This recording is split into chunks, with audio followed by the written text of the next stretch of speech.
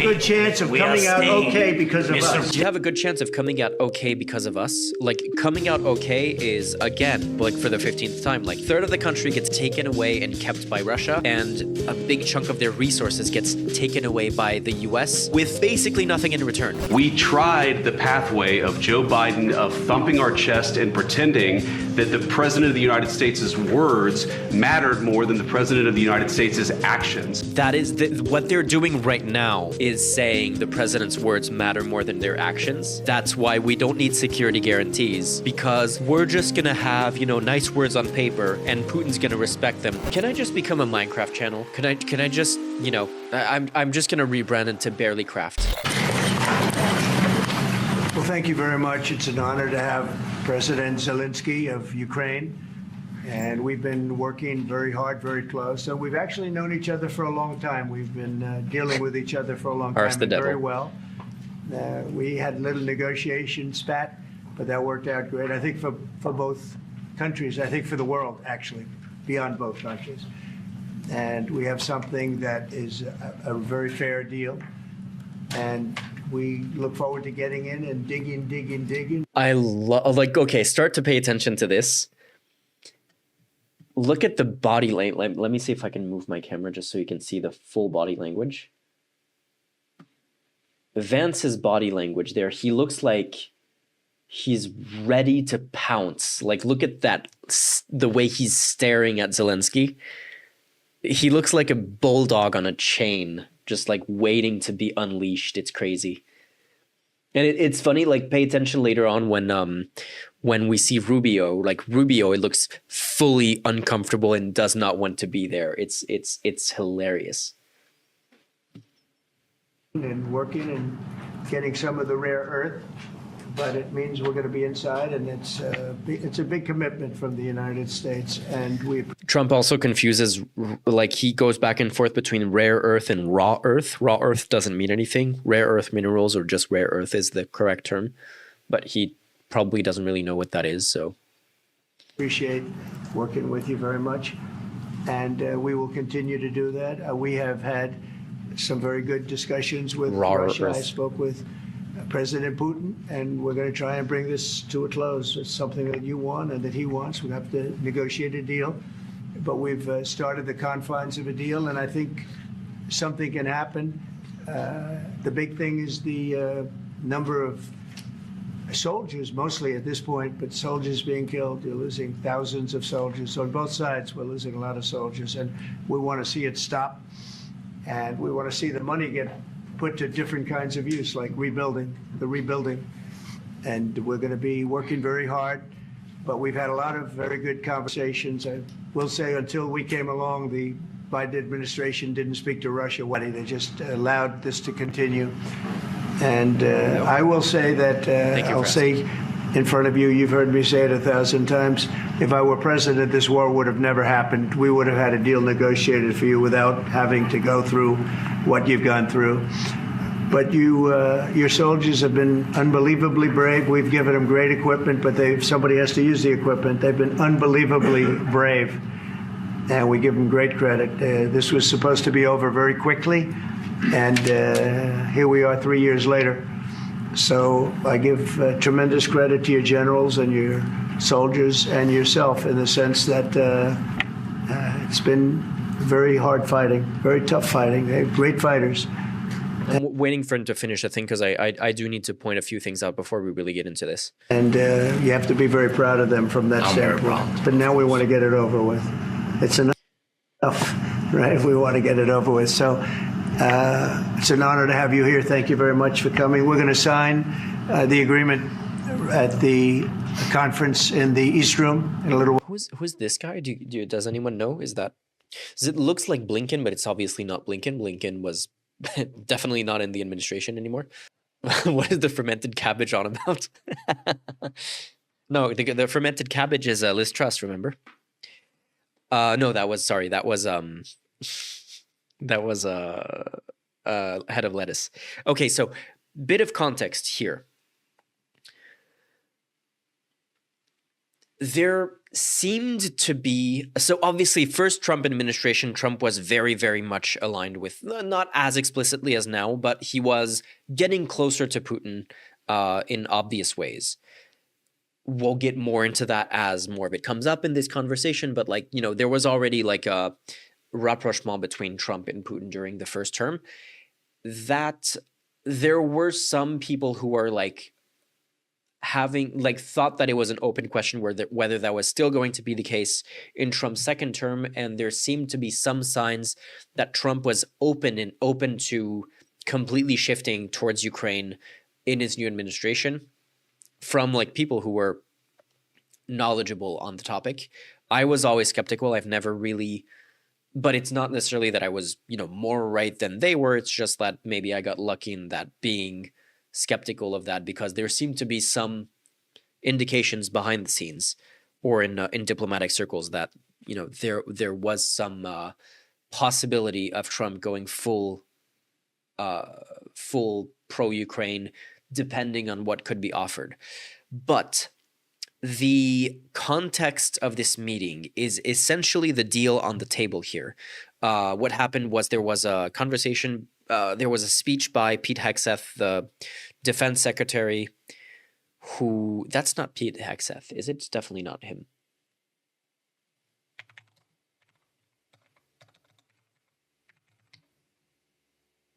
Yeah, he doesn't wear glasses. So Pete Hegseth, one of the first things he said as new defense secretary was that basically all of Ukraine's demands for a peace deal were unreasonable. So Ukraine's demands were, for the most part, having the right to join NATO if they want to. Like, as a country, you should have, you know, you should have the right to join any alliance that you feel is best for you, and retaking control of their territory. Now, you can make an argument to say Crimea has been under Russian control for more than 10 years at this point. It's, you know, arguably that can be, you know, that could have been something that Ukraine would have been willing to concede on, but at the very least, retaking control of the eastern parts of Ukraine, what's called the Donbass, that is, you know, at the border between Ukraine and Russia, was something that, you know, was probably a sticking point that would be unconscionable for Ukraine to give up on. And all of that, Hegseth immediately poured some cold water on and said, you're not getting Crimea back, you're not getting the Donbass back, and you're not going to be able to join NATO. Done. Like, none of those you're going to get. Basically, everything that Russia wants, we're going to give them that, and you're going to get nothing in return other than maybe a withdrawal of Russian troops. And what do you have to give to get that is you're going to have to basically give us a huge stake in your natural resources. We are going to be, Russia gets to keep half of your country and we get to keep half of your natural resources from now on, is the deal that is on the table for Ukraine. And Zelenskyy is in such a shitty position because his biggest backer, his biggest individual backer, if you don't count the EU as a whole, his biggest individual backer is putting him in a position where he almost has to accept that deal. The one thing that Zelenskyy at this point is begging for, the one thing that he's like, I just can't accept these conditions. These conditions are way too insane unless you can give me a guarantee that if Russia doesn't respect this, then you will intervene and you will help us out. Like, that's called a security guarantee. It's like, yes, this deal is the way it is. If Russia signs it and they break the agreement, then we're going to come in and fuck their shit up. That is the one thing that Ukraine needs, because ceasefires have been breached by Russia a bunch of times before, and Russia doesn't really seem to care about any of the treaties. Like, the whole reason why this invasion happened is because they broke a bunch of agreements that they had before. And like the reason why Ukraine doesn't have nuclear weapons right now is because they signed a deal with Russia a while ago, I don't remember when this was, that said, okay, we are going to denuclearize our country in exchange for you never invading us. And that is another one of many treaties that Russia has broken.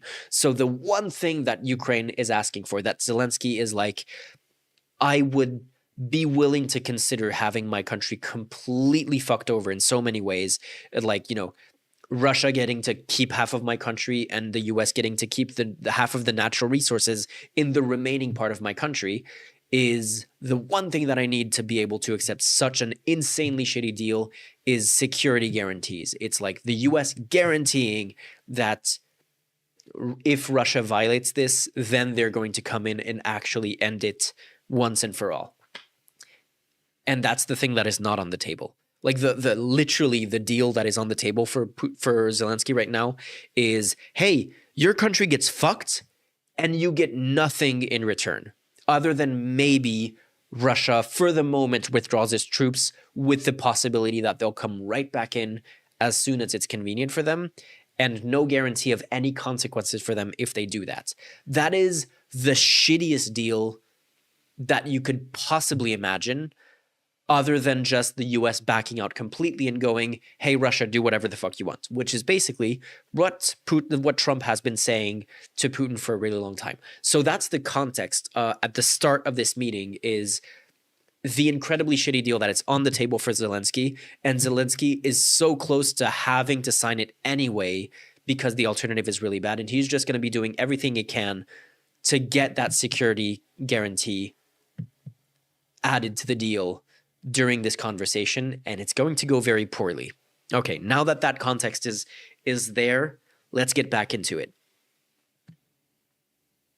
Well, right after lunch, and we'll be having lunch together. We're also discussing some other things, and we appreciate everybody being here. It's somewhat of an exciting moment, but the really exciting moment is when we get. Yeah, the thing is, he has to kiss Trump's ring on camera. But it's what we were saying with Nat before, like in the interview before we started this as well, is like the fact that this is happening on camera is a weird dynamic, because these conversations are not supposed to happen on camera, because now there's the added pressure of, I need to get these concessions, or like I need to try to get a better deal for me, but I also have to appear strong on camera to like keep the support of my people. For both of them, like if Trump appears weak, like if Zelenskyy gets aggressive and Trump goes, hey, like chill, dude, like I'm sorry or whatever, like yeah, maybe I misspoke or I should have, like Trump would never say that. But if Trump cannot respond in anything other than from a position of strength, and Zelenskyy also has to appear strength, because all of this is literally in front of. When they stop the shooting, or we end up this many cameras, and there's even more cameras on the other side. So they're very much aware of this and that dynamic. With the deal, and I think we're fairly close to getting that, and an honor to have you. And please, would you like to say something? No, thank you so much, Mr. President. Thank you for your invitation, and really I hope that this first document, will be a first step to real security guarantees for Ukraine, our people, our children. There you go, security guarantees. First thing he says. Really count on it, and of course we count that America will not stop support. Really, for us it's very important to support and to continue it. I want to discuss it with details further during our conversation, and of course the infrastructure or security guarantees, because for today, security guarantees again. I understand what Europe is ready to do, and of course I want to discuss with you what the United States will be ready to do, and I really count on your strong position to stop Putin, and you said that enough with the war. I think that is very important, Ben, to say these words to Putin at the very beginning of war, because he is a killer and terrorist. This is the one thing that I think was it's insane how TASS was allowed in. Yeah, that's a whole other thing. This is the one thing that I think was a tactical mistake by Zelenskyy, is and keep in mind the other problem here is that Zelenskyy is at an insane disadvantage, because this meeting is happening in English, and Zelenskyy's English is really, really bad. I don't think he spoke any English when he became Ukrainian president, which was not that long ago. So this is like from a really, really new English speaker. I don't think he accidentally, because his English is bad, that he started to insult Putin, but I think with the knowledge of how close Trump and Putin are, coming into the Oval Office and insulting Putin, while that is something that he kind of has, that is valid, like he is what he's saying about Putin is true. I think that was a tactical mistake on his part, because Trump is trying to paint himself. Trump is like super pro Putin and trying to paint himself as this reasonable deal maker, like peace broker, and having Zelenskyy opening with insults to Putin was not necessarily the best approach, and possibly sets the wrong tone for the rest of the conversation. Let's go back to just listen to it again. To say these words to Putin at the very beginning of war, because he's a killer and terrorist. But I hope that together we can stop him. But for us, it's very important to save our country, our values, our freedom, and democracy. Jesus. Marco Rubio there, just like, please, can I leave? Covering his balls in the most like uncomfortable position possible. Can I please leave? Can I please go? Funny thing, this is like weird fashion. I don't even know how to describe it. Like fashion lore or fashion tradition or whatever is. So suits are not supposed to be fully buttoned ever, unless you have a suit that has only one button. But if you have a suit with more than one button, the bottom button is always supposed to be open. And you're always supposed to open your suit up when you sit down, because the suit jackets are not meant are not meant to sit on a body when you're sitting down. So you always have, if you have a 2-button suit, one button is closed when you're standing up, or just you can leave it open. But if you're going to close your suit when you're standing up, it's only one button closed. And when you sit down, you're always supposed to take your to unbutton the suit and be like, these two guys are sitting, or Trump is sitting. So this looks like someone who was not planning to sit here for an entire hour. He was just planning to be there for I don't think he was actually planning. I just think he wasn't really thinking about it. But this gives me the impression of this guy just wants to sit for 2 minutes. He's in a hurry. He wants to get the hell out of that room, and he just wants to be fully covered and fully defensive. He doesn't want to be seen. He doesn't want to be talked to at all. Democracy, and of course, no compromises with the killer about our territories, but it will be later. And of course, we spoke about it by phone. There is Hexeth. Yes, I don't know who this guy is, but there's Hexeth. With you about the drones production. We have very good drones production. I think the best one in the world for today because of the war. Yes, and of course, we need very much. Yeah, that's because King Edward VII was too fat to button his waistcoat actually in the 1900s. Yeah, no, it's a funny, it's a stupid thing. I can't believe that to this day, over 100 years after that became a tradition, suits are still tailored to not fit people properly when they're fully buttoned down. I don't know why we hold on to that stupid shit, but yeah. The fact that you have to open it up when you sit down is just the mechanics of a jacket. That is just a thing. But the idea of not being able to button your bottom button because it's a faux pas, or it's not built that way, not built to fit that way, is stupid. Anyway. And the air defense, you have the best air defense in the world, and really you helped us under attacks of Russians. And I want to speak how we can exchange the licenses. We're open to share the licenses of all our drones with you, of course, with the United States, and we need licenses for quick production of air defense. Even after he's talking about drone technology, stuff like that. He's basically willing to give the U.S. whatever the hell it wants if he can get security guarantees against it. We need our nation to be calm, that we are secure. So that's why we need this air shield. And of course, about this, I want to speak about the contingents. I think that France and UK already spoke to you, and we know that Europe is ready, but without the United States, they will not be ready to be as strong as we need. And the last point, last not least, about exchange, about our people and children. And you know that this crazy Russian, that they stolen 20,000 of children, Ukrainian children. They changed their names. they changed their families, relatives, and now they're in Russia. We want to bring them back, and really, it's a big dream, task, and goal for me. And Trump doesn't give a shit. He's like almost entirely checked out at this point. Yeah, Russia kidnapped a bunch of children from Ukrainian families and like gave them over to Russian families and like changed their identities and everything. And that's a whole other dynamic in all of this. Our words. Why can't Trump agree on those guarantees and then just not honor them when the time comes? Because not honoring them when the time comes would make him look weak, I guess. And how to say, why doesn't he want to do, why doesn't he want to give those guarantees? Because right now, what Trump already has said and is going to continue to say is Russia is going to respect what I say. But if Russia doesn't respect what he says, he doesn't want to have consequences for that. He doesn't want to have commitments. He doesn't want to have to put his money where his mouth is. Keep that in mind for later when Vance starts to speak, because that gets really almost comical.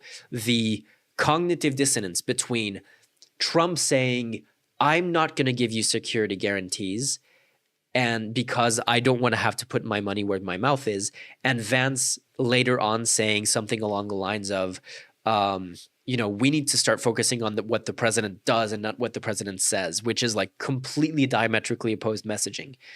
Trump just wants to say something without having to do anything, while looking like he's doing something without having to say it. Or while looking like he's doing something and like saying it at the same time or whatever. And if he were to give security guarantees, he would be in a position where he would actually have to put his money where his mouth is. By the way, Mr. President, we exchanged, we just released more than 4,000 warriors from Russian prison, but there are thousands more in the prison. I wanted to share with you some images, how it's, can I now? Yeah, please. 1 minute. I just you to understand in what circumstances, in what situation they are, and what the attitude of Russia to our prisoners. This is giving me like super stressed out elevator pitch that wasn't properly rehearsed and like he's put on the spot and expected to have much more time to make these arguments, and now he's like rushing because like there's like 50 cameras on him. He's like, wait a second, can I show you these photos and can I make this argument? Can I make this point and everything? And he's completely freaked out right now. That guys, just you before and after. And you see before and after, just you to understand. Now thousands of such guys, ladies and men, there, and that's so they don't eat, they beat them. And how similar from a Trump perspective is the peace process conducted here and the one he did with the Taliban? I mean, that's a really good analogy, actually. The one he did with the Taliban, we don't have video of the conversations happening on camera, but the one he did with the Taliban was similar. They gave everything to the Taliban. The idea of Trump being a great deal maker is complete bullshit. Complete bullshit. Unless you're arguing that Trump is a great deal maker in that he's completely self-serving and he does not give a shit about actually getting a deal that he's a businessman who's in it for himself. He's not a mediator who's there to find the best deal for all the parties involved. He just wants to get the US out of all of these things.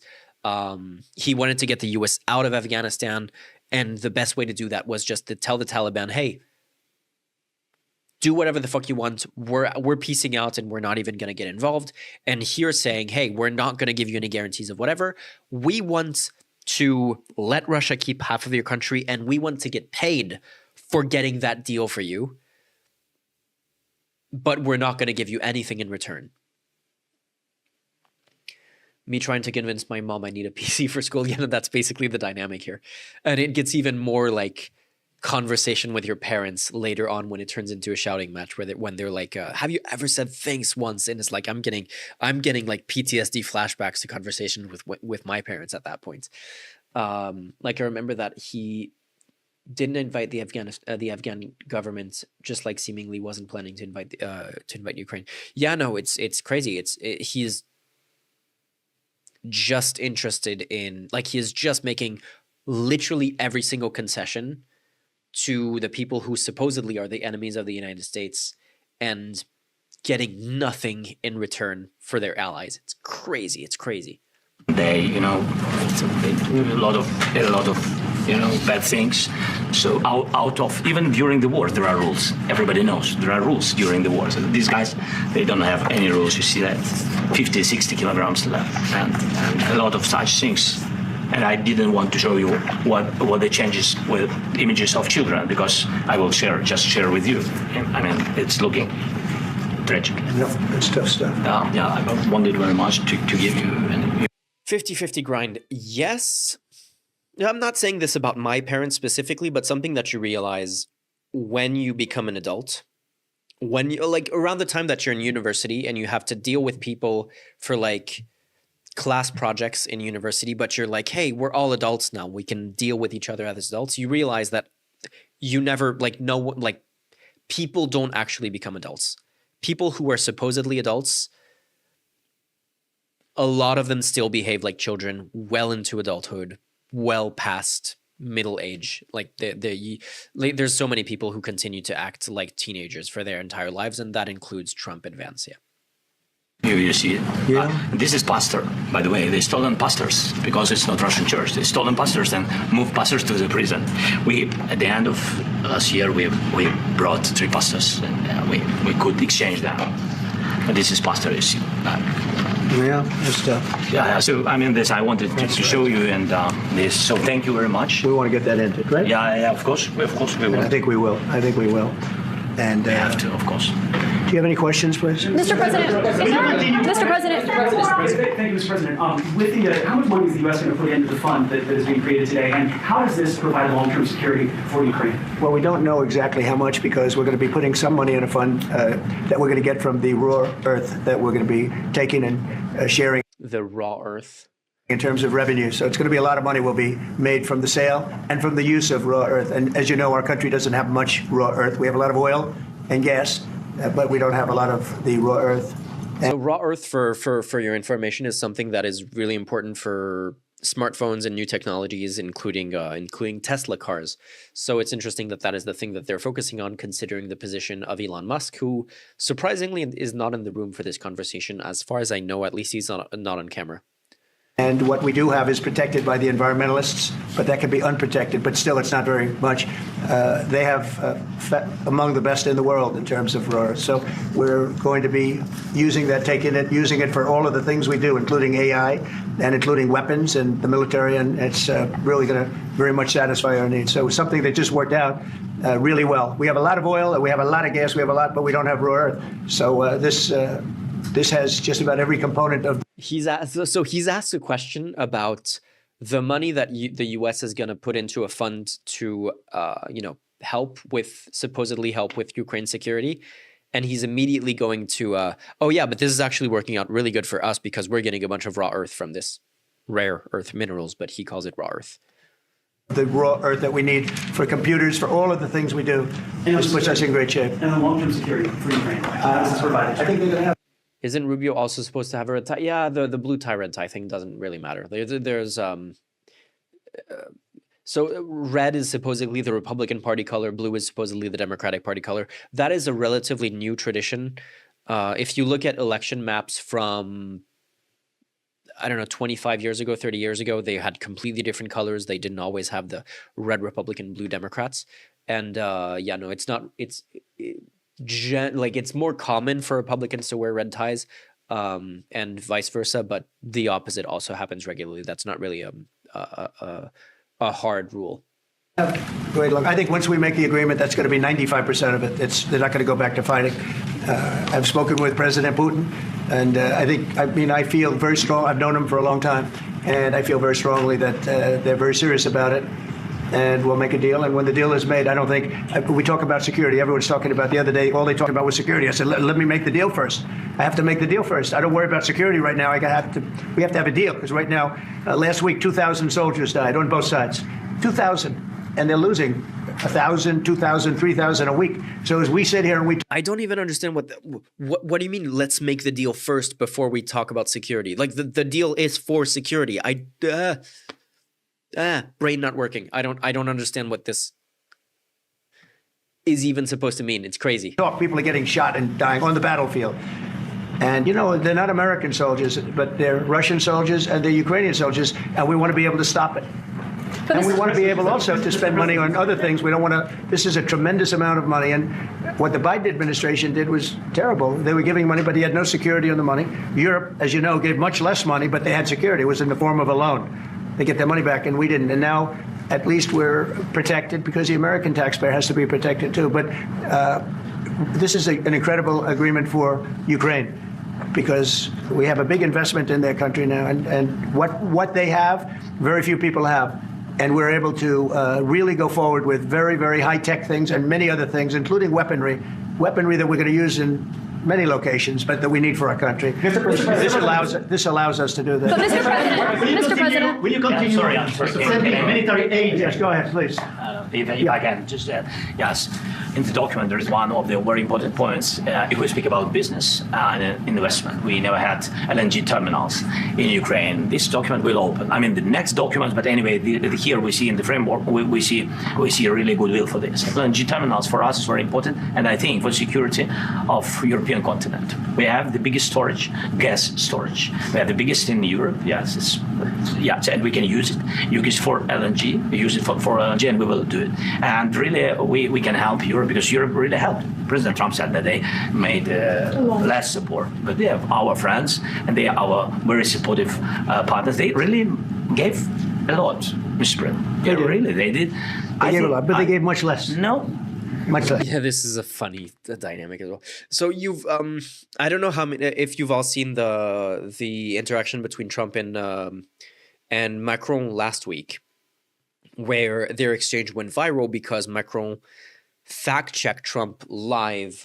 Is France going to lift the block on the Because he's 300 billion? not, look, if we do this deal, he's not looking for more war. He doesn't mind, but I've specifically asked him that question. He has no problem with it. Is France going to lift the block on the 300 billion in frozen Russian assets in Belgium? France has opposed unfreezing it to pay Ukraine and compensate the U.S. for its support. Is France going to lift its opposition to that? Rubio looks way more comfortable here, and Vance looks way less like a bulldog on a chain. This is, we speak about frozen assets. We already used them to back precisely the loans negotiated at the G7. And it's part of the sanctions, so it will depend on the follow-up of the discussions. But clearly, we respect international law. It's just frozen assets now.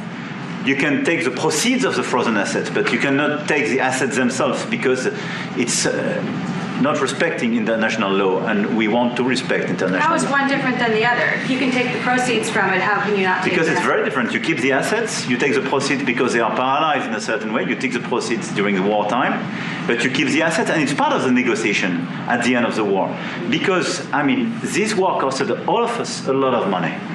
And this is the responsibility of Russia, because the aggressor is Russia. Should the U.S. be compensated? So at the end of the day, this frozen asset should be part of the negotiation. All in all. Will France support the U.S. being compensated? I support the idea to have Ukraine first being compensated because they are the one to have lose a lot of their fellow citizens and being destroyed by these attacks. Second, all of those who paid for could be compensated, but not by Ukraine, by Russia, because they were the one to aggress. Again, just so you understand, Europe is loaning the money to Ukraine. They get their money back. No, in fact, to be frank, we paid. This is the moment that went viral. Ukraine, they get their money back. No, in fact, to be frank, we paid. We paid 60% of the total effort, and it was through, like the US, loans, guarantee, grants, and we provided real money. To be clear, we have 230 billion frozen assets in Europe, Russian assets, but this is not as a collateral of a loan because this is not our belonging. So they are. In fact, to be frank, we paid. We paid 60% of the total effort, and it was. Okay, agree to disagree, buddy. Okay, whatever you say. No, it's obviously true. Let's see. Ukraine contributions. So as a percentage, what the hell? Okay, as a percentage of GDP, the U.S. is 0.5% of GDP. France is 0.1718. Then you get to the Netherlands, 0.78. Sorry, 0.78% of GDP, much above the US, almost 1% of GDP from Finland, 0.8% of GDP from Poland. The Baltic states are also giving a lot. Denmark is giving, 2% of GDP from Denmark. That's crazy. Croatia giving 0.5%, which is roughly what the US is giving. So that's in percentage of GDP.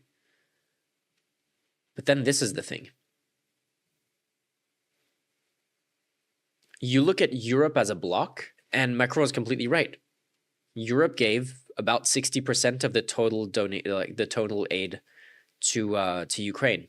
The US gave about 40%. And this aid to be allocated, the promises that they haven't given yet, is way more. Actually, this is probably not like 60 to 40, but still, it's like Europe gave more, and the total to be allocated is significantly more than the commitments that the US still has that they haven't given yet.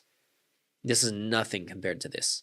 By the time the Europe has given everything, they'll be more than double what the US has given.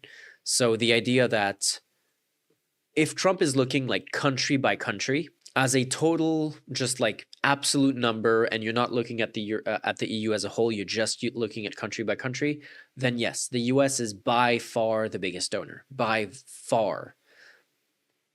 If you're looking at percentage of GDP, they're not. If you're looking at the EU as a whole, they're not.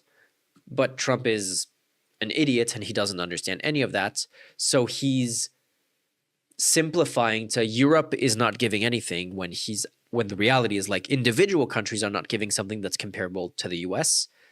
But Europe as a whole has given more by any measure. There's no doubt, there's no debate about it. The EU has given more than the US in every single way. But he doesn't believe that. He's doing this like stupid, you think that, but like let's agree to disagree because obviously you're wrong there. We paid 60% of the total effort, and it was through, like the US. And then we get back to this interaction, and he's trying to get Zelenskyy to back him up, and Zelensky's like, actually, no, Europe gave more. France, and they are our very supportive partners. They really gave a lot, Mr. President. They did. They gave a lot, but they gave much less. No. Much less. No. No. Don't argue. No. Okay. So, Mr. President, Yeah, please. Mr. President Trump, you have repeatedly called the deal with Ukraine as a historical one. And as a president of the United States, you make historical decisions in other issues which affect America and other world. So what place in the world history do you want to take?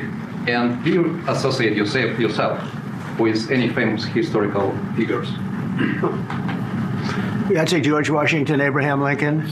I would say I'm far superior to George Washington and Abraham Lincoln. Now, you know I'm only kidding, right? Because when I say that, the fake news is going to go wild. They're going to say he considers himself to be better than Washington. But you never know. You never know. I don't compare myself to anybody. You know that if Trump... My cats are driving me crazy. If Trump manages to get Greenland and Panama and who the fuck knows Canada as a 51st state, he's going to want his face added to Mount Rushmore. You know that. You know he's going to want his face on Mount Rushmore. I'm here to do a job. We've had a great 35 days or whatever it might be, a month, a little more than a month.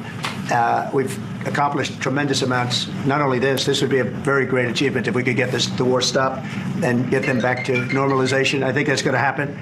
We've had very good talks on both sides, as you know. But I think we've done a very good job, just generally. If you look at all of the things we've done in 30 days, I say there's never been a opening for a president.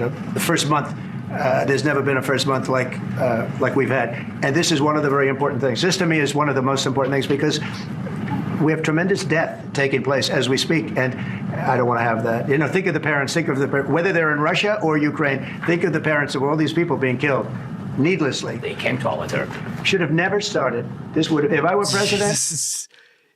Yeah, this is hilarious. That comment there again, like Zelensky's not a diplomat. Like he's completely right, but like this interaction is almost. It would be funny if it wasn't so insane. Needlessly, They came to our Like the thing that Trump is, Trump will say, oh, it's like losses on both sides. But he doesn't really give a shit about the Ukrainian losses. Even when Zelensky was showing him like the photos of people being released from, getting like people released from prison and stuff, and like the state of them, or the people who've been kidnapped by Russia, he's like his face, like he didn't give a shit about that. And now he's talking about like, oh, but look at all the dead Russian soldiers, and Zelensky pointing out, well, sorry, but they invaded our country. Yeah, we're gonna fight back. Yeah. Oh, but it never should have started. Well, it started because they invaded the country, you know? should have never started. If I were president, this would have never started. And Zelensky is starting to be extremely annoyed at this point, I think. President Trump. We continue sending military aid to Ukraine after the U.S. signs this agreement with Ukraine. Yeah, we're going to be continuing. President Zelensky, do you feel like the U.S. is on your side? That President Trump is on your side at this moment? What do you think? He wants to know, do you think that, sort of a stupid question, I guess we wouldn't be here if I wasn't. But, I think that the United States on our side from the very beginning of occupation, and I think that President Trump on our side, and of course, I'm sure that the United States President will not stop support. This is crucial for us. It's important for us. Yes, and Putin, the President, speaks about the people and the soldiers which are dying, but they came to our territory. They came to our land. They began this war, and they have to stop. And I think this is the question, was really the most important question. Can President Trump, I hope yes, with some other allies, to stop Putin withdraw these enemies, our enemy, withdraw these troops from our land? And I think that you asked about the history, I think that if President, or when, he will stop Putin, if President Trump will bring peace to our country, I think he will be on this wall. We've had very, very good talks. Mr. President, What about military aid to Ukraine? President Zelensky just said. Okay, I'm gonna feed the cats because they're really meowing in my ears constantly. But you know, the dynamic here is crazy. The question, as soon as Trump gets asked a real question, every single time Trump gets asked a real question, he's like, "Oh my God, what a stupid question!" And this is general, not just in this meeting. Every single Trump press conference, if he's getting his dick sucked in a question, oh, that's a great question. Thank you so much. That's a really smart question. If it's an actual question, oh, what a nasty question. What a stupid question. That's a horrible question. Trump doesn't like to think about problems, to actually get like, you know, challenged on things. So that's always the dynamic. So this was like the opening bits. I guess the last 20-ish minutes is when it gets really crazy, when Vance gets involved. But we're already starting to see the tensions escalate with that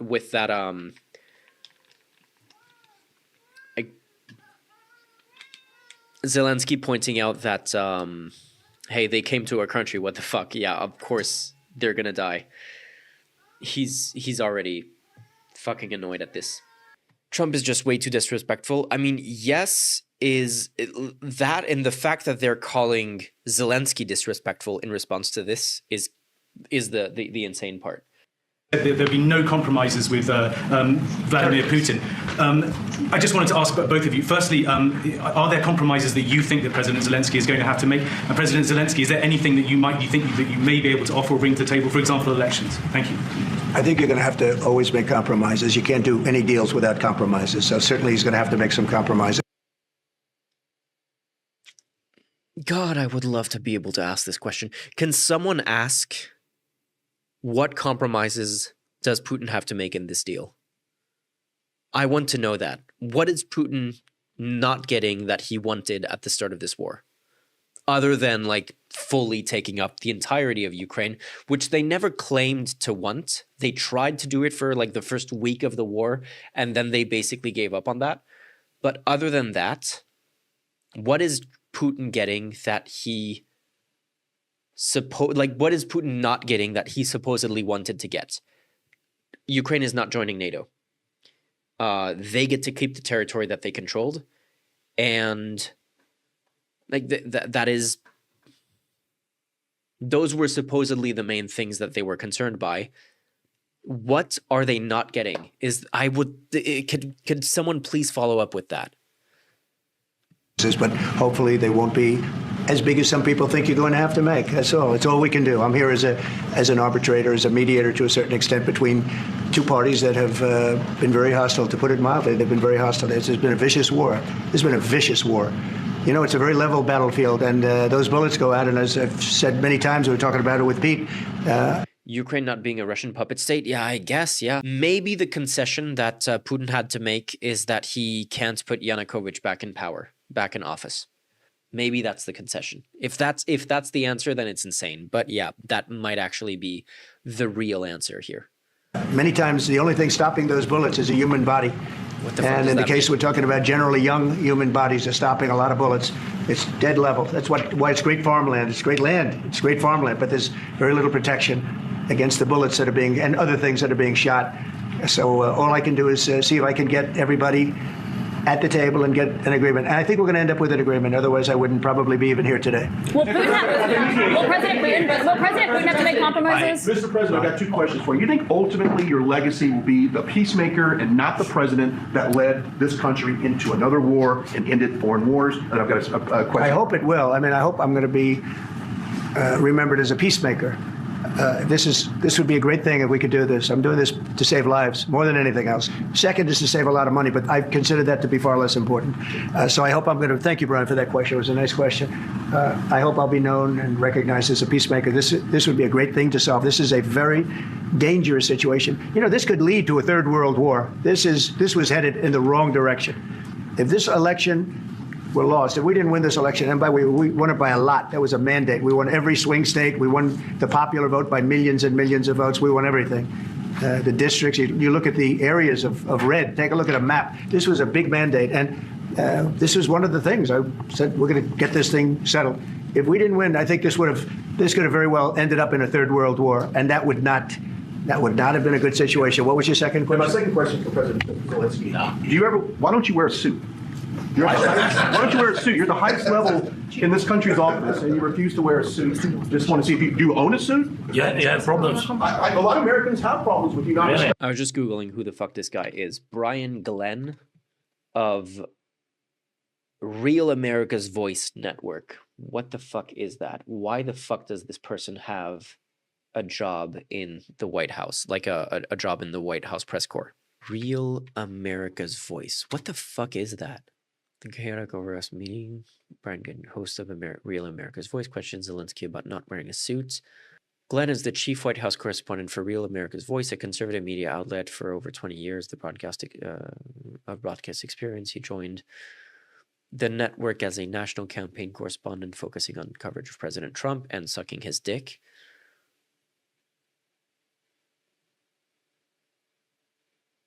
Glenn is known for his engaging reporting style and has a significant presence on social media platforms. He's also in a relationship with Congresswoman Marjorie Taylor Greene. Yes, political reporter who's totally not in a conflict of interest covering the Trump administration. Great, good job. Good job. Fuck my life. I don't have such. I will wear a costume after this war will finish. Okay. Yes, maybe something like yours. Yes, maybe something better. I don't know. We will see. Maybe something cheaper. Then yeah. Thank you. President Trump, you said yesterday. Thank you, President Trump. I love fucking Zelensky's face there. Yeah. Thank you. President Trump, you said yesterday. Thank you, President Trump. You said yesterday that you have. Are you going to send more arms to Ukraine in case there's no peace? Yeah, we're going to have arms to Ukraine, yeah, sure. Hopefully I won't have to send very much because hopefully we're going to have it finished. We're looking forward to finishing this quickly. Did you see the White House starting to put restrictions on which reporters can access the White House and therefore ask Trump questions? Yeah, no, they're firing every actual news outlet and they're only keeping right wing. The fact that Forbes still has a position, that CNN still has a position for now, is like, I think the New York Times is out. Like, what the fuck is this belt here? I just realized. Jesus, it looks like a WWE belt. No, it's gonna be like TASS, RT, and all of the QAnon networks, like Fox News, Alex Jones, like InfoWars is gonna have a position. I don't know. I'm not actually saying that they do at the moment, but like, imagine the world where the White House press corps is InfoWars, One American News, Newsmax, Fox News, and Russian media outlets, and only stuff like that. Just like, imagine that reality. That is a genuinely a real possibility right now. We're not looking forward to sending a lot. And the only reason why Associated Press was kicked out is because Associated Press is an international news agency. Most of their clients are not the US. Most of their clients do not refer to the Gulf of Mexico as the Gulf of America. So Associated Press said, we are not going to call the Gulf of Mexico the Gulf of America. We're going to stick with the Gulf of Mexico because we're an international news agency. And that is why they were kicked out as the White House press corps, because the administration that supposedly ran on freedom of speech is now policing the speech of the media that covers them. At which point does a bias turn into propaganda?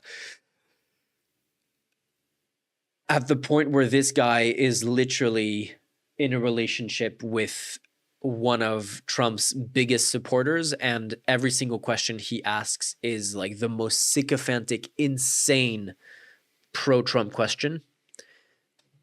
Where the line is, I don't know, but like the line is like, okay, so you have like proper reporting, you have the line somewhere around here, and we are over there. Like, it's not even in frame, it's like all the way over there. We are way past it.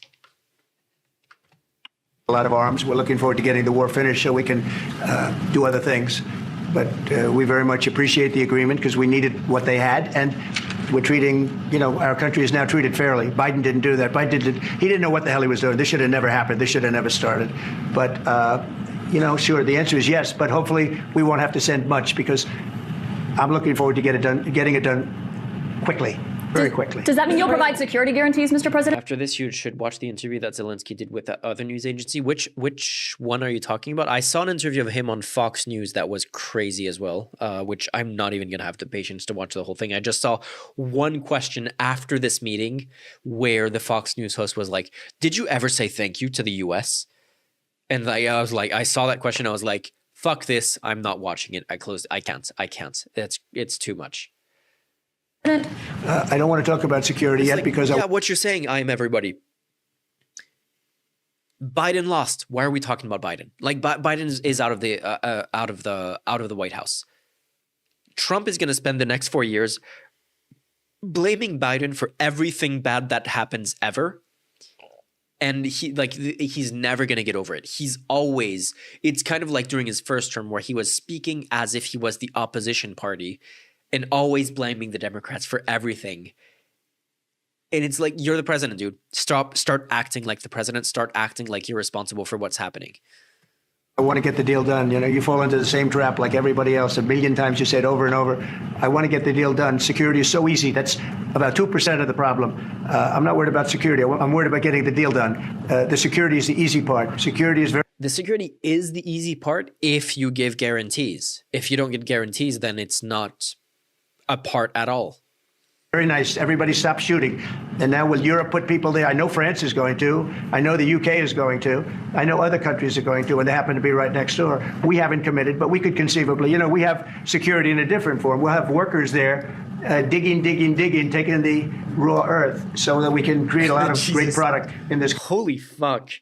It's like, no, we're not going to commit to defending your country. We're going to commit to stealing your resources. Jesus, fuck. That's it. That is insane stuff. I swear. Oh my God, that is crazy. We're not going to commit to defending you. We're just going to commit to stealing your resources. Holy shit. been committed, but we could conceivably, we have security in a different form. We'll have workers there digging, taking the raw earth so that we can create a lot of great product in this country. So in that sense, you have something, but we haven't determined that yet. I will say, in speaking to France and in speaking to, and they were here, as you know, last week and just the other day, they have committed to a lot of security. I don't think you're going to need much security. I think once this deal gets done, it's over. Russia's not going to want to go back, and nobody's going to want to go back. President Zelenskyy is shaking his head When this deal no at ends, that, I really Mr. believe President. this deal is going to be over. Question? Yeah, please go ahead. Thank you. Go ahead. Thank you so Mr. much. President, thank you. Thank you. Macron and Keir Starmer at the White House this past week, both of whom praised your courage and conviction to lead the pathway towards peace. Yes. Part of that involved, though, re-engaging Russia in diplomatic relations, something that previous leaders lacked the conviction to do so. What gave you the moral courage and conviction to step forward and lead that? Oh, I love this guy. Who are you with? This question, holy shit. Let me play this back at normal speed. I almost want to slow it down for you. Go ahead. Thank you so Mr. much. President, thank you. Thank you. Macron and Keir Starmer at the White House this past week, both of whom praised your courage and conviction to lead the pathway towards peace. Yes. Part of that involved, though, re-engaging Russia in diplomatic relations, something that previous leaders lacked the conviction to do so. What gave you the moral courage and conviction to step forward and lead that? Oh, I love this guy. Sir, what gave you the moral courage and the massive schlong to do the best thing in the world what gave you the moral courage to deserve a Nobel Peace Prize, sir? And how do you sleep at night knowing that you could be doing knowing just like how amazing you are, that being, if you were only to stay awake a little bit longer, you would be able to do so much more for the world. Like I can't with these people. And the fact that when there's a real question asked is like, oh my God, what a stupid question. When a question like this is asked. Who are you with? One American News, sir. Well, that's why I like him. One American News does a great job. Like, oh, that's a great question, man. Who are you with? One American conviction to step forward and lead that. Oh, I love this guy. Who are you with? One American News, sir. Well, that's why I like him. One American News does a great job. I like the question. I think it's a very good question. It's a pathway to peace. It's a pathway to getting something solved. And I feel that as the head of this country, I have an obligation to do that. Plus, we're very much involved. We got involved. It's too bad we got involved because there should have been no involvement, because there should have been no war. And there shouldn't have been October 7th. That would have never happened, as you know. That question could be a line from The Death of Stalin. I'm not familiar, but it's that question could have been a line from like Idiocracy. It could have been a line from any parody political thing where it's like the sycophantic media that is super, super aligned with the president. It's like we are past parody at this point. Parody has lost its value because the world is parody. Iran was broke.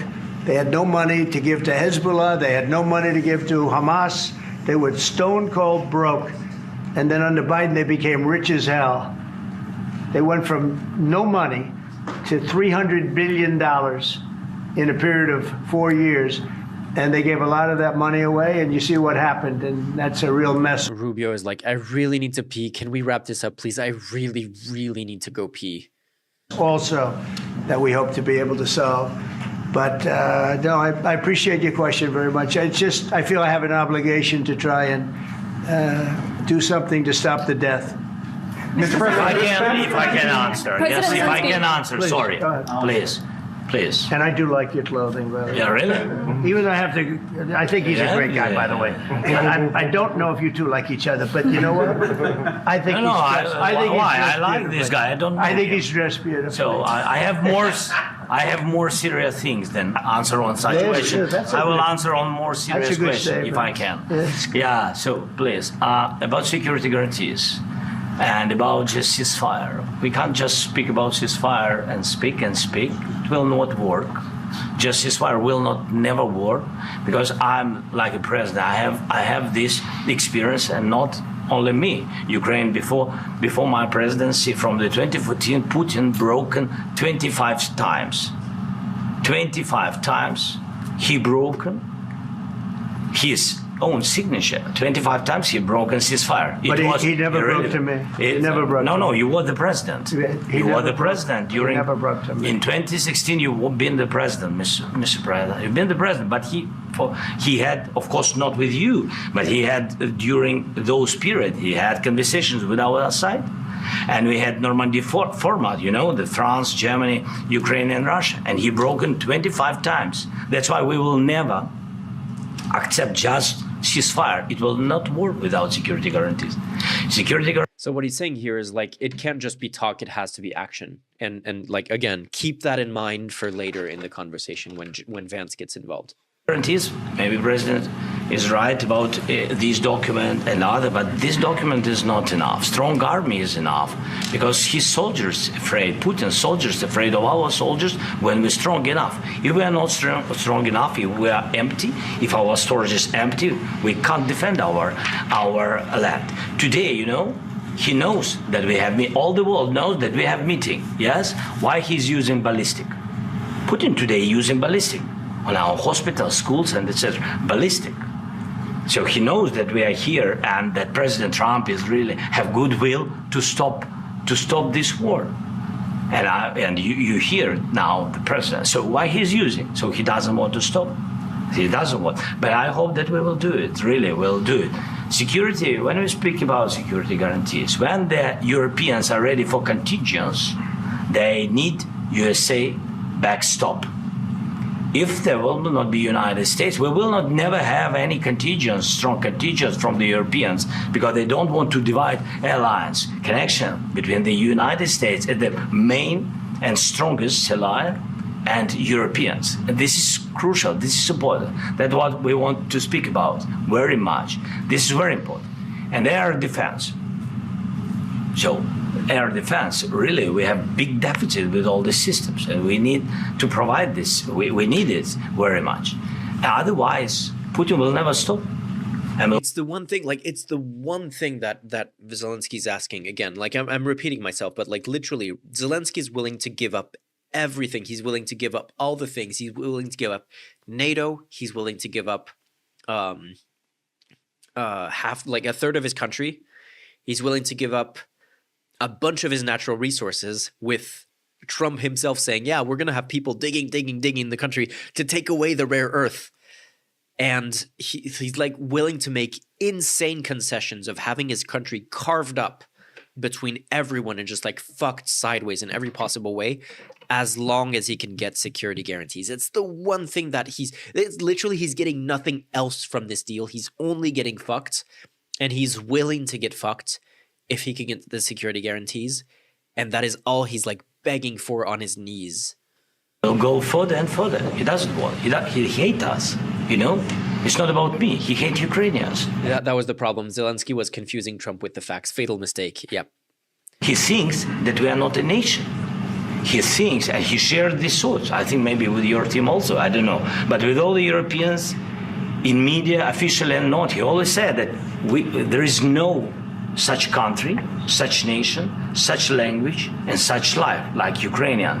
No, he really doesn't respect all the Ukrainians, and he wants to destroy us.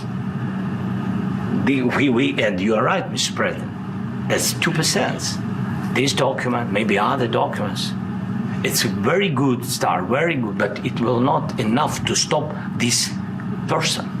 Should Russia pay to rebuild Ukraine? Mr. President, under these... Should Russia pay to rebuild Ukraine? They have to pay. This is the rule. This is the rule of the war. This is the rule of the war. During all the centuries, all the history, this is the rule of the war. Who began, those pay. Do you agree, This President is the rule. Trump? Putin began this war. He has to pay all money for innovation. He has to pay. Of course, some Russian assets, what we have in Europe, about 300 billion, we can use them. We can use for innovation and buy military support from the United States also. We can do it, but it's not enough. It's not enough. I asked this question that you didn't like because I wanted to know. Brian, please wait 1 second. I asked this question that you didn't like because I wanted to know if you want to position yourself in the middle between Russia and Ukraine, or on the Ukraine side? I'm in the middle. I want to solve this thing. I'm for both. I want to get it solved. And it's wonderful to speak badly about somebody else, but I want to get it solved. If we can solve it, great. If we can't solve it, they're going to have to fight it out, and who knows what's going to happen. But I want to see it get solved. May I follow up? One more question about U.S. troops in Europe. After Russian invasion of Ukraine, your predecessor sent additional troops to Eastern Europe, including Poland, my country.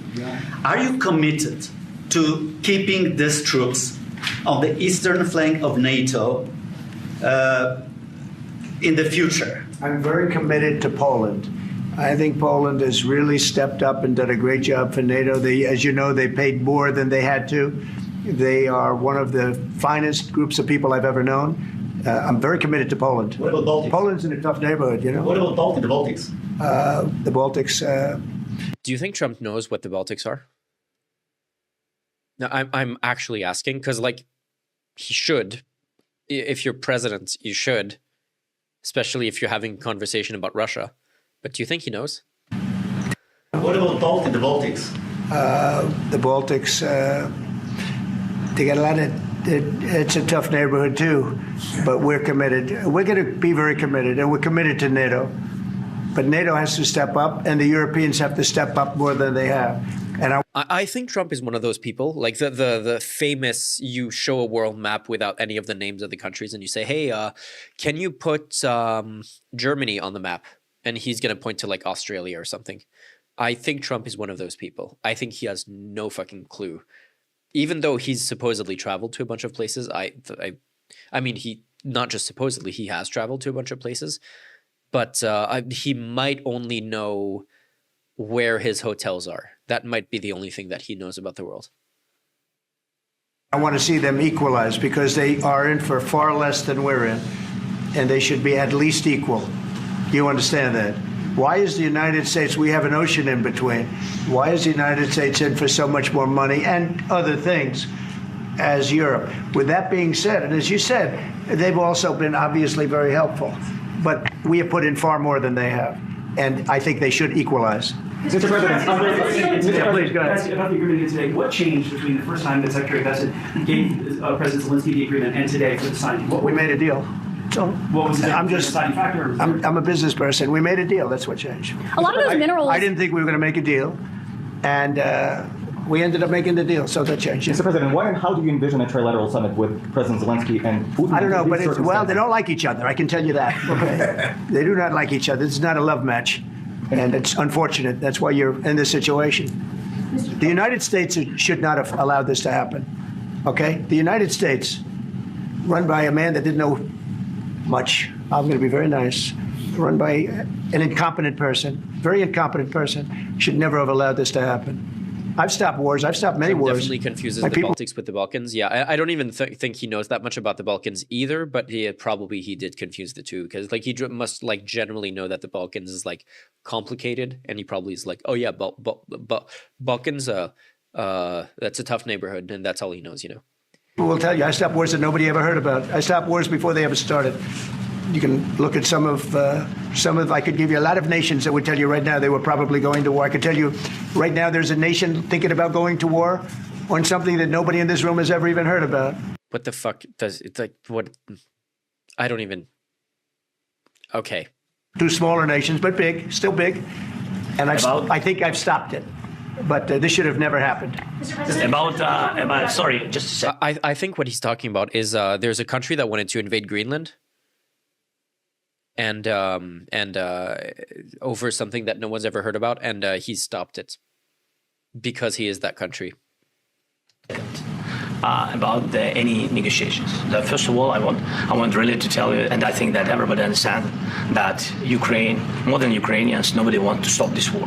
But in the future, any negotiations, it's understandable that two sides of the war, not Russia and the United States, because this is not the war between Russia and the United States. This is war of Russia against Ukraine and Ukrainian people. So these two sides will be at will be at the negotiation table. Then, of course, United States, like the strongest partner of the Ukraine, and of course Europe.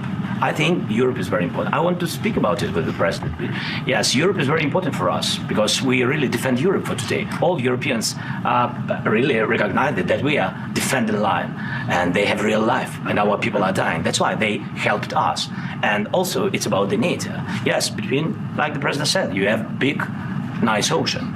Yes, between us. But if we will not stay, Russia will go further to Baltics and to Poland, by the way. But first to the Baltics. It's understandable for them because they've been in the USSR. You know, they've been one of the republics of the USSR, and Putin wants to bring them back to his empire. It's a fact. And when he will go there, if we will not stay, you will fight. Your American soldiers. It doesn't matter. Do you have ocean or not? Your soldiers. Yeah, at the very least, the Baltics, not the Balkans, although maybe the Balkans too, but at the very least, the Baltics would be next if Putin gets a win in Ukraine. Will fight. Mr. President, would you be willing to visit Ukraine, maybe Kyiv or Odessa, which is known to be at the rear of the Black Sea? It was my question. I don't want to talk about Odessa now. Let's not talk about Odessa. I want to talk about making a deal, getting peace. We don't have to talk about Odessa, but a lot of cities have been destroyed. A lot of cities that are not recognizable. There's not a building standing. And is he going to shift back to the Russian soldiers who have died now? Like, I don't want to talk about Odessa. A bunch of countries, a bunch of places have been destroyed, a bunch of cities have been destroyed. But the poor Russian soldiers, let's see. A lot of things. You have to come and to look.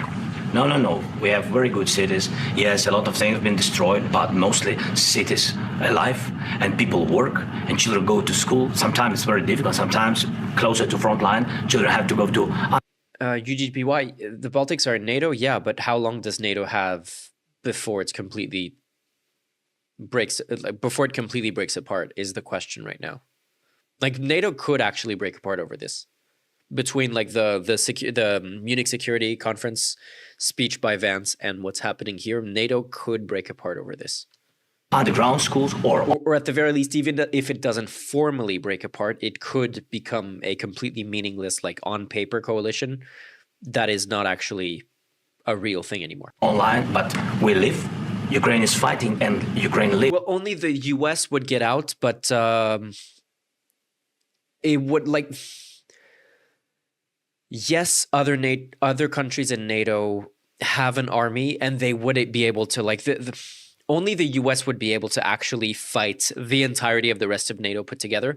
But if NATO had to get their shit together, if other non-US countries had to get their shit together, it would take a long time for them to ramp up. And I don't know how NATO would respond without the US to an invasion of the Baltic states. That is hopefully a question that we won't have to answer. This is very important. And maybe it's Putin is sharing this information that he destroyed us.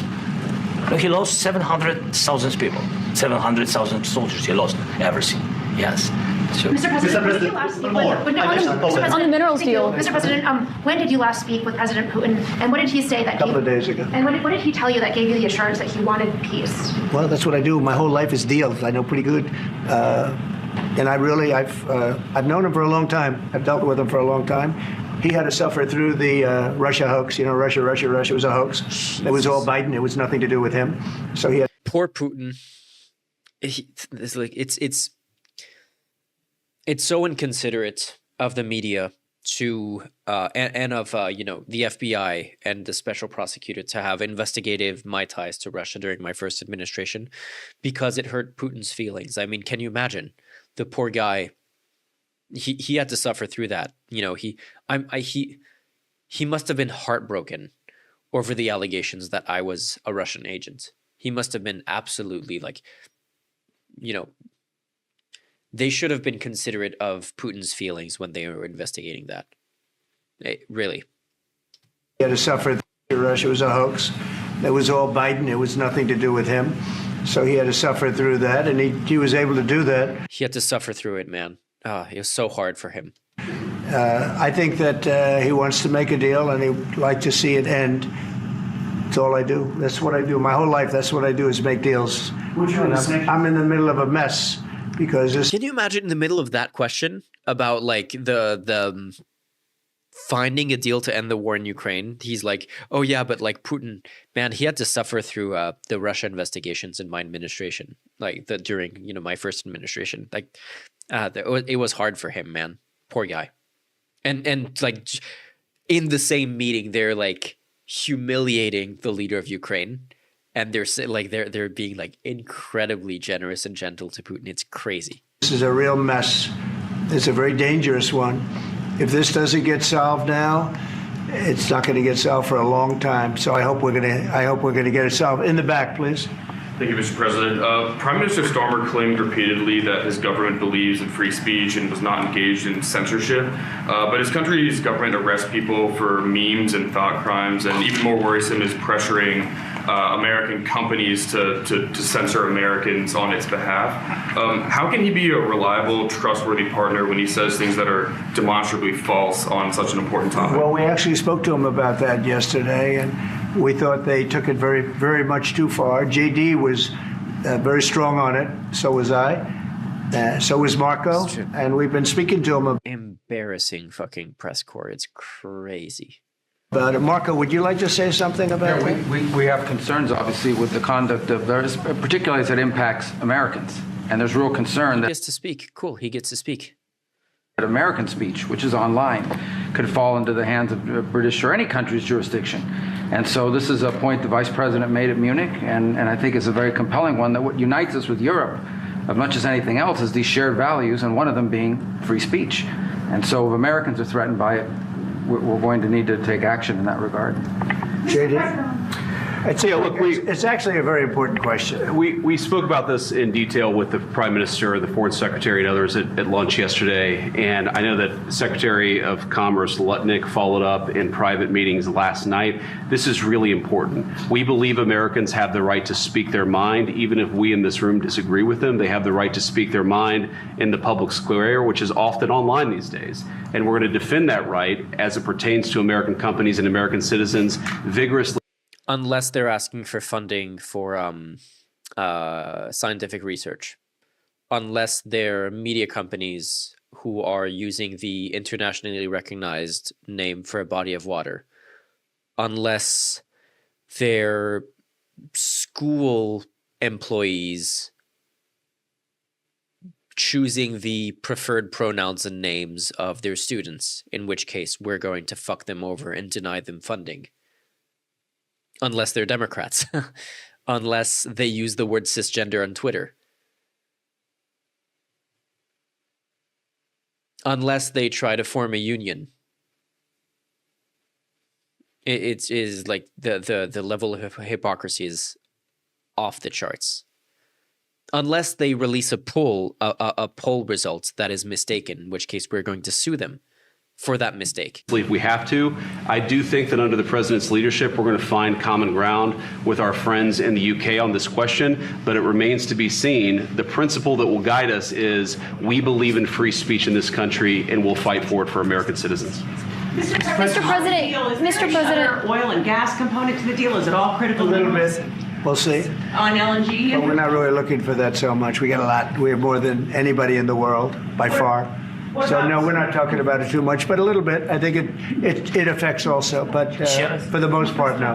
And sir, is there any agreement from Ukraine to purchase U.S. LNG as part of the deal, or is that on the table at all? No. Some of those. We don't need that. Some of those minerals are in the east, Mr. President. You just mentioned that you don't. We don't need that. Not asking if Ukraine needs that. It's we don't need that. To purchase U.S. LNG as part of the deal, or is that on the table at all? No. Some of those. We don't need that. Some of those minerals are in the east, Mr. President. You just mentioned that you'd spoken to Vladimir Putin a couple of days ago. Just to be clear, that's a new call, not the one that you were I've spoken to him on numerous occasions. Okay. And how was the latest call? What did you discuss? How did it go? Are you serious with that question? I am. I'd love to know. It went well. I think we're going to have a deal. On the minerals deal, Mr. President, some of those minerals are in the east of Ukraine, not far from the front lines and in areas that Russia has occupied. Will you direct President Putin to withdraw his forces from those areas if there's U.S. interest Well, there? we'll take a look at the time. We have a lot of area. It's a very big area we're talking about. So we'll take a look. I'll study that and I'll see. And who would protect those minerals if they are U.S. interests? Would that be Ukrainian They'll forces, be protected. European The agreement forces? will protect them. U.S. The forces? agreement, yeah, we're signing an agreement. You know? Right, but what? Put a flag in that. The agreement will protect him. Keep that in mind and keep what I was pointing out earlier about security guarantees, not just words. What if Russia tries to invade or there's Russian aggression in those spots? What would I you just do told then? you I don't think that's going to happen. And if that were going to happen, I wouldn't make a deal. If I thought that was going to happen, I wouldn't make a deal. Some people may wonder why They ought to focus on CNN on survival, not asking me these ridiculous questions. Why you have confidence that Putin won't violate Focus a on deal? surviving, because CNN's got such low ratings. I don't think they're going to survive. See, like as soon as someone asks real questions, like some of the first actual, there've been a few other questions that were like relevant, but when it's sir, how do you deal with how amazing you are and how perfect your hair is? Oh my God, that's an amazing question. Sir, how do you find the mental fortitude to find a peace deal? Oh my God, that's such a good question. Sir, let's talk about the implications of the minerals that you're trying to like coerce Ukraine into giving you. What if some of those minerals are in Russia-controlled areas? Like, what does that mean, and what are going to be the real implications? You're the fake news, and you're CNN, and you should focus on surviving rather than asking difficult questions that I can't figure out solutions to right now. People will ask why you have confidence Putin won't violate the deal. I already mentioned Poland. Poland was under Russian control for decades after the Second World War. When I was a kid, I looked at the United States not only as a most powerful country, richest country in the world, the country that has great music, great movies, great muscle cars, but also as a force for good. And now I'm talking with my friends in Poland, and they are worried that you align yourself too much with Putin. What's your message for them? Ooh, he's not gonna like that either. He's not gonna be happy with that question. Well, if I didn't align myself with both of them, you'd never have a deal. You want me to say really terrible things about Putin and then say, "Hi, Vladimir, how are we doing on the deal?" That doesn't work that way. I'm not aligned with Putin. Wait. A week earlier, he was calling Zelenskyy a dictator and saying that he started the war. What the fuck? What the fuck? This is insane. This is the level of like transparently pro-Putin and pretending like that is him being in the middle is insane. It's crazy. I'm not aligned with anybody. I'm aligned with the United States of America and for the good of the world. I'm aligned with the world. And I want to get this thing over with. You see the hatred he's got for Putin. It's very tough for me to make a deal with that kind of hate. He's got tremendous hatred. And I understand that, but I can tell you the other side isn't exactly in love with, him either. So it's not a question of alignment. I'm aligned with the world. I want to get the thing set. I'm aligned with Europe. I want to see if we can get this thing done. You want me to be tough? I could be tougher than any human being you've ever seen. I'd be so tough. But you're never going to get a deal that way. So that's the way it goes. All right, one more question. Hey, I will respond to this. So look, for 4 years in the United States of America, we had a president who stood up at press conferences and talked tough about Vladimir Putin, and then Putin invaded. We're about to see this entire thing completely fall apart when it was already like close to being disaster before then. But honestly, if this had been the meeting, it already would have been disastrous headlines everywhere. It is about to get so much worse. Invaded Ukraine and destroyed a significant chunk of the country. The path to peace and the path to prosperity is maybe engaging in diplomacy. We tried the pathway of Joe Biden of thumping our chest and pretending that the President of the United States' words mattered more than the President of the United States' actions. There it is. There it is. That is the thing. That is what they're doing right now is saying the president's words matter more than their actions. That's why we don't need security guarantees, because we're just going to have, nice words on paper and Putin's going to respect them. So we don't need to actually commit to actions. We can just have nice words. The United States' words and of thumping our chest and pretending that the President of the United States' words mattered more than the President of the United States' actions. That is what they're doing right now. They are pretending that the presidents of the United States' words matter more than their actions. Oh my God, that is the most infuriating thing in this entire meeting. It's the thing that drives me the most crazy in this meeting. It's that, considering the entire sticking point, the only sticking point that is making Zelenskyy trying to get a concession from the US is security guarantees, meaning commitment to actions. It's the only thing that Zelenskyy is trying to get out of it is, can I get more than words, please? I am giving away my country. Can I get more than just words from you in exchange for that? And while that is happening, he's pretending that it's the other way around. It drives me insane. What makes America a good country is America engaging in diplomacy. That's what President Trump is doing. Can I ask you? Sure. Yeah? Yeah. Okay. So he occupied our parts, big parts of Ukraine, part of East. And I wish that had been the point that Zelenskyy made here. And I think there's probably a language barrier and just like he's thinking of different things right now.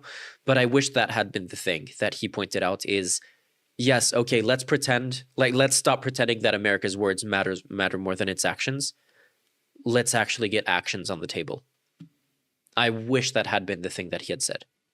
And Crimea. Although they would not have liked that this meeting would not have gone over well if that had been the thing that he said either. There was no good way out of this meeting, but I wish that had been the point that he made. So he occupied it on 2014. So during a lot of years, so I'm not speaking about just Biden, but those time was Obama, then President Obama, then President Trump, then President Biden, now President Trump, and God bless, now President Trump will stop him. But during 2014, nobody stopped him. He just occupied and took. He killed people. You know what the contact 2015. 2014. 2014 is 2014. Yeah. So excuse me, sir. I know when my country was invaded. Thank you very much. I was not here. Yeah, but that's exactly right. Yes, but during 2014 till 2022, the situation the same. The people have been dying on the contact line. Nobody stopped him. You know that we had conversations with him, a lot of conversation, my bilateral conversation, and we signed with him. Me, like a new president, in 2019, I signed with him the deal. I signed with him, Macron and Merkel, we signed ceasefire. Ceasefire, all of them told me that he will never go. We signed him with gas contract. Yes, but after that, he broken this ceasefire. He killed our people and he didn't exchange prisoners. We signed the exchange of prisoners, but he didn't do it. What kind of diplomacy, JD, you are speaking about? What do you mean? I'm talking about the kind of diplomacy that's going to end the destruction of your country. Yes, but if you are not strong... Mr. President, with what does that mean? What does that mean? What are you talking about? Like we've already talked about how frustrating all of this has been for Zelenskyy since the beginning. And none of this means anything. Like pretending like the words matter more than the actions matter more than words. And then he's like, okay, pointing out all of the inconsistencies and the fact that, hey, like these are the facts of why we need more than just words. These are the facts of why we need security guarantees because Putin doesn't respect ceasefires. These are the examples of when he broke a ceasefire. So what kind of diplomacy do you want to do that is going to prevent that from happening again? The kind of diplomacy that's going to stop the war and prevent the destruction of your country. That doesn't mean anything. You're not saying anything. What the fuck are you talking about? What are... It's so fucking infuriating. I think it's disrespectful for you to come into the Oval Office and try to litigate this in front of the American media. Right now, you guys are going around and forcing... Ooh, he's big mad. He's big mad. conscripts to the front lines because you have manpower problems. You should be thanking the president for trying to bring an end to this conflict. Have you ever been to Ukraine that you say what problems we have? I have been to. Come once. I've actually watched and seen the stories, and I know what happens is you bring people, you bring them on a propaganda tour. I don't need to go to Ukraine. I've been on Twitter and I've seen Russian propaganda posing for Ukrainians on Twitter. So I've seen all the stories that I need to see. Mr. President, do you disagree that you've had problems bringing people into your military? We have problems. And do you think that it's respectful to come to the Oval Office of the United States of America and attack the administration that is trying to prevent the destruction of your country? Can I just become a Minecraft channel? Can I just, I'm just gonna rebrand into Barely Craft and just do Minecraft all day. That's gonna be my channel from now on. I can't. Questions. Let's start from the beginning. Sure. First of all, during the war, everybody has problems. Even you, but you have nice ocean and don't feel now, but you will feel it in the future. God bless. You don't know that. God bless. God bless. You will not have a war. Don't tell us what we're going to feel. We're trying to solve a problem. Don't tell us what we're going to feel. I'm not telling you. Because you're in no position to dictate that. Remember this. You're in no position to dictate what we're going to feel. We're going to feel very good. You will feel influence. We're going to feel very good and very strong. You will feel influence. You're right now not in a very good position. You've allowed yourself to be in a very bad position, and he happens to be right about it. From the very beginning of the war. You're not in a good position. You don't have the cards right now. With us, you start having cards. Right now, you don't. Yeah, you're playing cards. You're playing cards. He is so done. He is so fucking done with this meeting. Honestly, like I'm not playing cards. I'm very serious, Mr. President. He is so fucking done with this. He's, yeah. To be honest, I'm too. It's. You're gambling with the lives of millions of people. You're gambling with World War III. You're gambling with World War III. And what you're doing is very disrespectful to the country, this country. That's back to you. Far more than a lot of people said they should have. Have you said thank you once? This entire meeting? No, in this entire meeting, have you said thank you? I want to live comment this, but it's like I can't even say anything at just like how disgusting this like 2v1 interaction is. Where again, this was someone who was willing to give away so fucking much in this deal. All he needed was guarantees. All he needed was, hey, we've been fucked over. Like he said, the 25 times apparently, 25 times that Putin violated deals that he signed with Ukraine. And he was like, hey, I just need you to commit to actions if this happens for a 26th time. That is the only thing that I'm asking for in exchange for giving away basically the future of my country. Like my country is going to be significantly worse off economically speaking because you're going to steal a bunch of my resources, and a third of my country is going to be occupied and kept by the country that invaded us, and they're going to get zero consequences from this. And all I'm asking for is guarantees. And when he's pointing out the reasons why that is necessary in admittedly a non-diplomatic way, like that, let's be clear, Zelenskyy is not a diplomat, and perhaps a trained professional diplomat would have been better at wording those. But that's all he's trying to do. And when he actually points out to them, when he points out to Vance how that's not going to work, he gets them both like big mad. Oh, they're mad now. Oh, now they're just going to go the oh my God, that's you're being disrespectful to America for pointing these things out. Have you said thank you once? It is, oh my God, it's so disgusting what's happening here. Went to Pennsylvania and campaigned for the opposition in October, offer some. That's what it's about. That's what it's about. It's because he campaigned, because he took part in he had conversations with the Democrats during the campaign, and because he was also part of the thing that caused Trump's first impeachment. It wasn't even his fault. It's that Trump in a phone call with Zelenskyy was asking Zelenskyy to investigate Hunter Biden, and that phone call became the source of his first impeachment. And Trump is big mad about that. And they're just like, they're furious that Zelenskyy would have preferred a Democrat to win.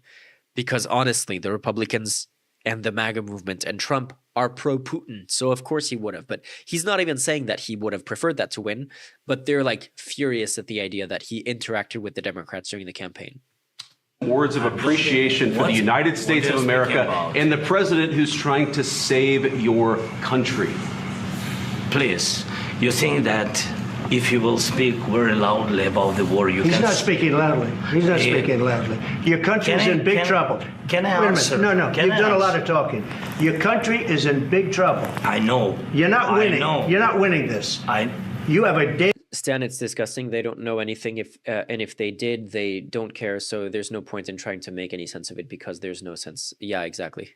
damn good chance of coming out okay because of us. Mr. President, we are staying in our countries. You have a good chance of coming out okay because of us. Like, coming out okay is, again, like for the 15th time, like, third of the country gets taken away and kept by Russia, and a big chunk of their resources gets taken away by the US with basically nothing in return other than Russia, for now, agrees to withdraw with the possibility that they might come back because there's nothing preventing them from coming back. That is the deal. That is them coming out okay. Staying strong from the very beginning of the war. We've been alone, and we are thankful. I said thanks You haven't in been this alone. cabinet, You and haven't not been only alone. in this cabinet. We gave you, through I this said stupid president, $350 billion. You voted we gave for you your military equipment, You and you voted men for your are brave, president. but they had to use our military. What about if you didn't have our military equipment, You invited if me you to didn't speak. have our military equipment, this war would have been over in 2 weeks. In 3 days, I heard it from Putin. In 3 days, this is something Maybe new. less. In 2 weeks, of course, yes. It's going to be a very hard thing to do business like this, I tell you. Say thank you. I said a lot of times thank you to American people. Accept that there are disagreements, and let's go litigate those. Yeah, and by the way, where the fuck is this $350 billion idea coming from? The US gave 114 plus commitments for an extra 5 billion. The total, wait a second, the total amount of European commitments and already allocated plus US is 350 billion. Is that correct? So it's 132.3 plus 115 plus 114.2 plus, how much is this? 4.84. Yeah, he thinks the US gave away the totality of what's been committed when Europe gave away more than 2/3 of it. More than 2/3 came from Europe, and he thinks that's all the US. He doesn't know what he's talking about. Those disagreements rather than trying to fight it out in the American media when you're wrong. We know that you're wrong. But you see, I think it's good for the American. And this thing is like, this is it was their decision to do this in front of the American media. And the reason he got mad and the reason he started saying things like, we're just trying to prevent your country from being destroyed, when he had nothing to answer to his actual points. And when he was like, did you even say thank you and you're being so disrespectful right now, is because he knows that he's wrong and he knows that he's right. But they can't stand that. People to see what's going on. I understand, sir. I think it's very understand. important. That's why I kept this going so long. You have to be thankful. You don't have the cards. You're buried there. Your people are dying. You're running low on soldiers. You're running low on soldiers. It would be a damn good thing. And then you tell us, I don't want a ceasefire. I don't want a ceasefire. I want to go and I wanted this. Look, if you could get a ceasefire right now, I tell you, you take it so the bullets stop flying and your men stop getting killed. Of course, we want to stop the war. But you're saying you don't want a ceasefire? But I said to you, I want a ceasefire. with guarantees. Because you'll get a ceasefire faster than an agreement. Ask our people about ceasefire, what they think. You'll get a ceasefire faster than an agreement. Yeah, okay, great. But the ceasefire doesn't work. That's why we're still fighting, because there was already ceasefires. That wasn't with me. That wasn't with me. That was with a guy named Biden who was not a smart person. That was with Obama. It was your president. Excuse me. That was with Obama, who gave you sheets, and I gave you javelins. Yes. I gave you the javelins to take out all those tanks. Obama gave you sheets. In fact, the statement is Obama gave sheets and Trump gave javelins. You got to be more thankful, because let me tell you, you don't have the cards. With us, you have the cards. But without us, you don't have any cards. One more question to Mr. Vice President. I'm sorry. It's going to be a tough deal to make, because the attitudes have to change. What if Russia breaks ceasefire? What if Russia breaks peace talks? What do we do then? I understand that it's a heated conversation right now. What are you saying? She's asking, what if Russia breaks the ceasefire? What if anything? What if a bomb drops on your head right now? Okay? What if they broke it? I don't know. They broke it with Biden, because Biden, they didn't respect him. They didn't respect Obama. They respect me. Let me tell you, Putin went through a hell of a lot with me. He went through a phony witch hunt. Jesus. Again, poor Putin. I mean, the guy. There was a witch hunt. He was really sad. It made him really sad. We need to make it up to him. Where they used him and Russia.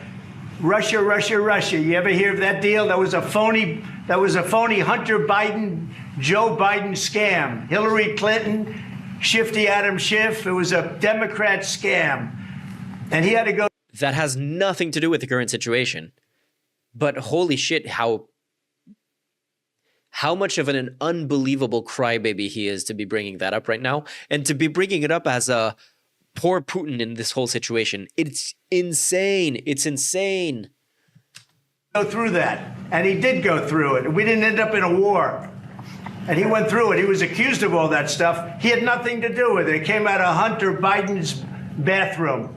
It came out of Hunter Biden's bedroom. It was disgusting. And then they said, oh. And again, like, Hunter Biden had nothing to do with any of this.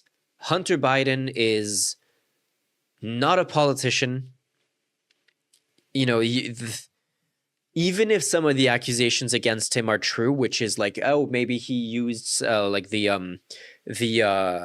his last name being Biden, maybe he used that in business to enrich himself and to get like lucrative positions in various companies, which is possible, that is possible. But the insane allegations against Hunter Biden that go so far beyond that are just like, so much of it is made up. Like, there's so much insane stuff about Hunter Biden, like the Biden crime family and all of that, that is wholly unsubstantiated, but they're going to cry about that forever. Oh, the laptop from hell was made by Russia. The 51 agents. The whole thing was a scam. And he had to put up with that. He was being accused of all that stuff. All I can say is this. He might have broken deals with Obama and Bush, and he might have broken them with Biden. He did, maybe. Maybe he did. I don't know what happened. But he didn't break them with... My God, that's such a good point, Noah. Yes, that is such a good point. Like, have you said thank you to us? Have you thanked us for sending you all the weapons that, by the way, we shouldn't have sent you because Biden was wrong to send you those weapons? But have you thanked us for that? Because we shouldn't have sent you those weapons, but you should still be thankful. It's so true. With me. He wants to make a deal. I don't know if you can make a deal. The problem is I've empowered you to be a tough guy. And I don't think you'd be a tough guy without the United States. And your people are very brave. But you're either going to make a deal or we're out. And if we're out, you'll fight it out. I don't think it's going to be pretty, but you'll fight it out. But you don't have the cards. But once... And he did say thank you. Yeah, he did say thank you. But this thing is just like it was already bad before Vance got involved, but it like completely collapsed. Once we signed that deal, you're in a much better position. But you're not acting at all thankful. And that's not a nice thing. I'll be honest, that's not a nice thing. All right, I think we've seen enough. What do you think? What's this negotiation going to look like? This is going to be great television, I will say that. That was wild. All right, we'll see what we can do about putting it. That was wild. That was wild stuff. It's even worse than I remembered it being. Holy shit. No, that's I don't even know what to say. Don't forget to like, comment, and subscribe if you enjoyed this video. You can follow the main Barely Informed channel at youtube.com/@barelyinfo and follow this channel for live streams every week.